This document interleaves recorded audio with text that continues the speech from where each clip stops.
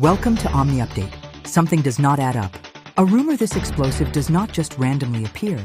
It spreads rapidly because it hits a deep nerve. Right now, reports are circulating through Russian and Iranian-linked media outlets claiming that Iran has successfully struck and sunk a United States Navy destroyer. There is no confirmation. There is no official acknowledgement from the Pentagon.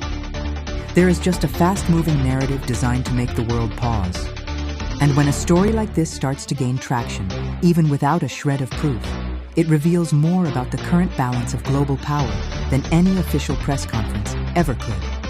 What immediately catches the eye is not just the massive claim itself, but exactly how it is being framed. According to platforms like Zargrad TV, the origin point for this rumor was Iranian channels. In the world of information warfare, when a narrative emerges from that specific ecosystem, it is rarely an accident.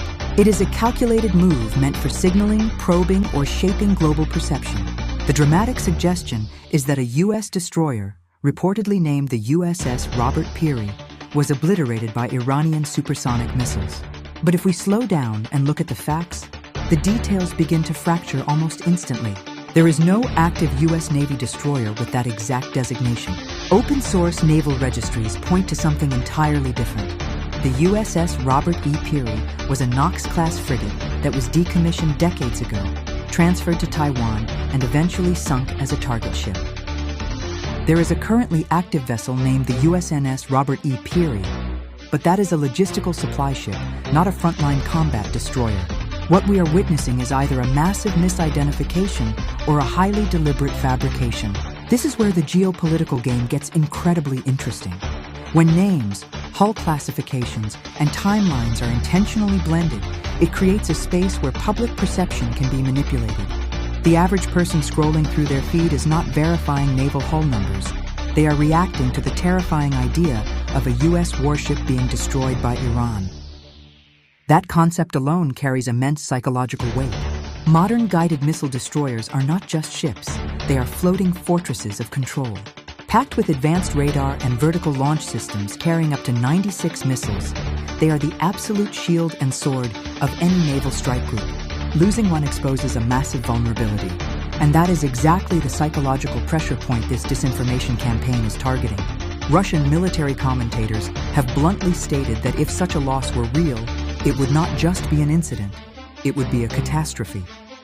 The assumption that America's most advanced naval assets are untouchable has been the cornerstone of global deterrence for decades.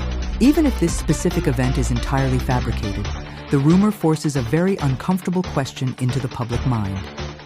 Exactly how secure are these billion-dollar systems against modern asymmetric threats? Hypersonic weapons, drone swarm saturation tactics, and layered missile strikes are no longer theoretical.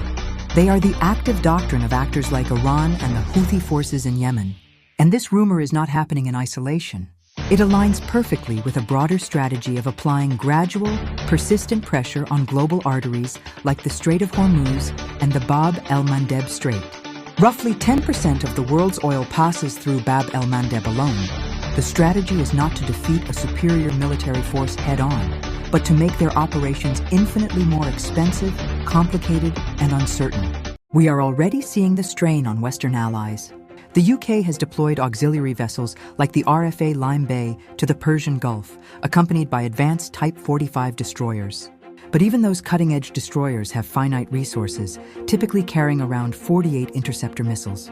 When you pit multi-million-dollar interceptors against an unlimited wave of cheap, low-cost attack drones, the mathematical reality of war begins to shift. It is no longer just about who has the best technology. It is about who can sustain the financial and logistical exchange the longest.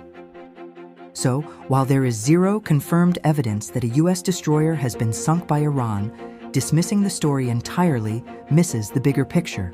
The real impact is not whether it actually happened. The impact is that people are starting to believe it could. This rumor has successfully forced a global conversation about Western vulnerability. It has introduced doubt into a geopolitical system that relies heavily on absolute certainty.